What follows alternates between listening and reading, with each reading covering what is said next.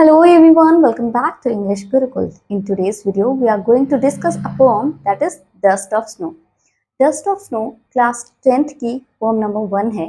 ये पोम लिखी गई है रॉबर्ट फर्स्ट के द्वारा। रॉबर्ट फर्स्ट एक बहुत ही फेमस, बहुत ही रिनाउंड पोएट हैं। रॉबर्ट फर्स्ट वैसे तो अमेरिका से बिलोंग करते हैं। इनके बारे में आपको मैं थोड़ा सा बता दूं। रॉबर्ट फर्स्ट जो है वो अमेरिका से बिलोंग करते हैं।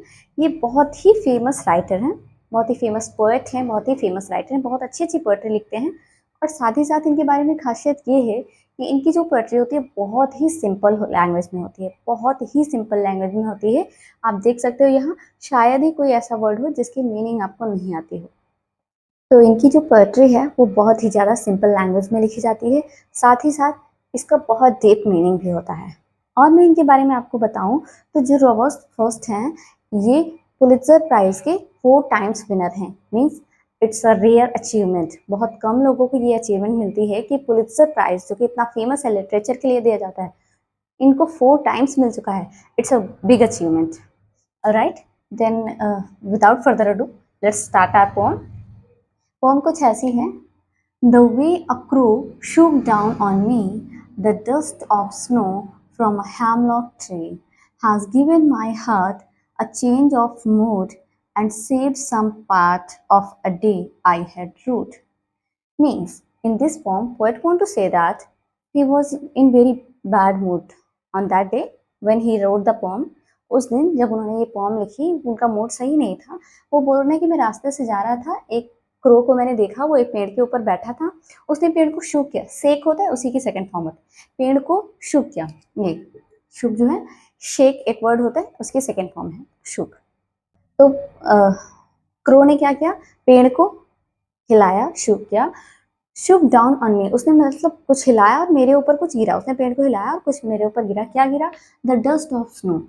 स्नो मतलब बर्फ। बर्फ की डस्ट कैसे समझे? डस्ट होती है ना, जब हम घर पे डस्टिंग करते हैं, धूल हल्की हल्की चढ़ जाती है, तो उतनी पतली सी हल्की सी डस्ट जो है स्नो की, वो पोएट के यहाँ शोल्डर पे गिरी। From a hemlock tree. किससे?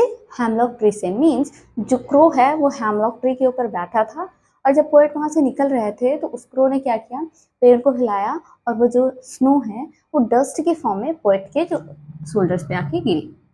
डस्ट के फॉर्म में पोएट के शोल्डर्स पे यहाँ पे आके गिरी। From a hemlock tree. Hemlock tree. अब इस 4 लाइन के बारे में आपको मैं बताऊं कि क्रो जो एक सिंबल है निगेटिविटी का, साथ ही साथ हेमलॉक जो है, हेमलॉक ट्री, इसको भी निगेटिविटी का सिंबल माना जाता है। इसको ऐसा कहा जाता है, it's a poisonous tree. Poisonous tree, ये एक पॉइजनस ट्री है। सो कहा जाता है कि एक पॉइजनस ट्री है और इसको मतलब निगेटिव माना जाता है। साथ ही साथ क्रो को भी हम निगेटिव मानते हैं। हमारे कल्चर में ऐसा चला आ रहा है कि हम कौवे को देखते हैं तो कहते हैं हमारा काम बिगड़ जाएगा, हमारा काम अच्छा नहीं होगा, तो ऐसे उसको अशुभ माना जाता है। साथ ही साथ जो हेमलॉक ट्री है, कहते हैं कि इसमें पॉइजन होता है, जहर होता है, तो इसे भी किसी काम में यूज नहीं किया जाता, इसे भी अशुभ माना जाता है।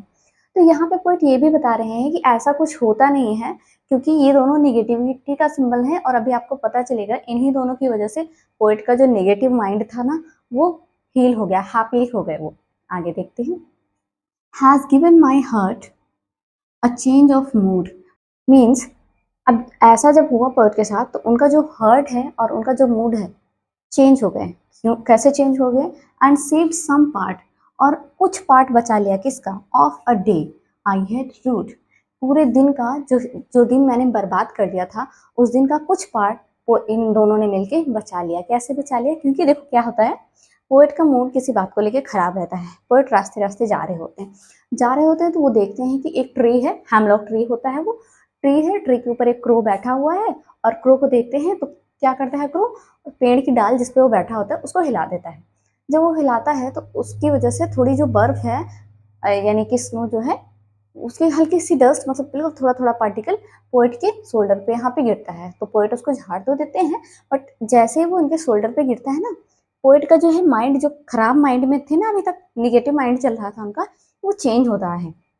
Has given my heart a change of mood. उनका जो हर्ट है वो चेंज हो जाता है, मतलब चेंज ऑफ मूड हो जाता है पोएट के साथ। पहले वो रूड, मतलब उनका दिन जो है खराब जा रहा था, वो गुस्से में थे, उनका मूड खराब था, और जब ये सब उनके साथ होता है तो उनका मूड हैप्पी हो जाता है। एंड सेव सम पार्ट, और वो कह रहे हैं कि मेरा दिन जो मैंने पूरा बर्बाद कर दिया, उस दिन का कुछ हिस्सा जो बचा हुआ पार्ट है वो हैप्पीली निकल गया। इट मीन्स पोएट ये कहना चाह रहे हैं कि क्रो जिसे हम निगेटिव मानते हैं, ऐसा नहीं है कि वो निगेटिव, नेचर से मिली हुई कोई भी चीज नेगेटिव नहीं होती। साथ ही साथ हेमलॉक ट्री, इसको भी लोग नेगेटिव मानते हैं, लेकिन क्रो और हेमलॉक ट्री की वजह से ही पोएट का माइंड जो है वो हैप्पी हो गया। इट मीन्स पोएट हमें ये बताना चाह रहे हैं कि नेचर से मिली हुई कोई भी चीज नेगेटिव नहीं होती है। नेचर हमें जो कुछ देता है वो किसी ना किसी रीजन से देता है, तो नेचर की कोई भी चीज को हमें नेगेटिव नहीं समझना चाहिए। साथ ही साथ पोएट ये भी कहते हैं कि कभी भी किसी भी स्टेट पे हमारा जो माइंड है वो चेंज हो सकता है। तो देखिए ये सारी लाइंस आप पढ़ोगे तो बहुत सिंपल लाइन है, वेरी सिंपल लाइन, और एक एक लाइन का आपको मीनिंग समझ में आ जाएगा। मैं आपको फिर से बता दूं, द वे अ क्रो, वे मतलब तरीका होता है, the way a crow shook down on me the dust of snow, उस तरीके से जब क्रो ने क्या किया, डस्ट ऑफ स्नो मेरे ऊपर गिरा दी from a hemlock tree. Means crow जो है हेमलॉक ट्री के ऊपर बैठा है, जैसे ही पोएट वहां से गुजर रहे हैं, पोएट की नजर क्रो पे पड़ी, क्रो ने क्या किया, पेड़ की डाल जिस पे बैठा है उसको हिला दिया और वो डस्ट जो है पोएट के शोल्डर पे आके गिर गई। क्रो बैठा था हेमलॉक ट्री के ऊपर, डस्ट गिरी पोएट के शोल्डर पे, बिल्कुल हल्की सी स्नो की डस्ट पोएट के शोल्डर पे गिरी, और जैसे ही वो गिरी तो पोएट के साथ क्या हुआ, उनका हार्ट चेंज हो गया, उनका जो मूड अभी तक खराब था वो चेंज हो गया, और उन्होंने वो कह रहे हैं कि उन्होंने अपना दिन जो पूरा बर्बाद कर दिया उसका कुछ हिस्सा सेफ हो गया, किसकी वजह से, इस particular crow and hemlock tree की वजह से। मतलब पोएट सिंपली ये कहना चाह रहे हैं नेचर से मिली हुई कोई भी चीज वेस्ट नहीं होती है, हमें इनको नेगेटिव नहीं समझना चाहिए, क्योंकि पोएट का मूड पहले नेगेटिव था और इन दोनों की वजह से वो हैप्पी हो गया था। आई होप कि पोम आपको समझ में आई होगी। I have tried my best to explain it to you. Still if you have any doubt then mention your doubt in the comment box. Guys video अच्छा लगा है तो प्लीज वीडियो को लाइक जरूर करें, चैनल पे पहली बार विजिट कर रहे हैं तो चैनल को सब्सक्राइब करें, और हाँ, इस वीडियो को ज़्यादा से ज़्यादा शेयर करें अपने फ्रेंड्स के साथ ताकि वो भी इसे देख सके। Thank you.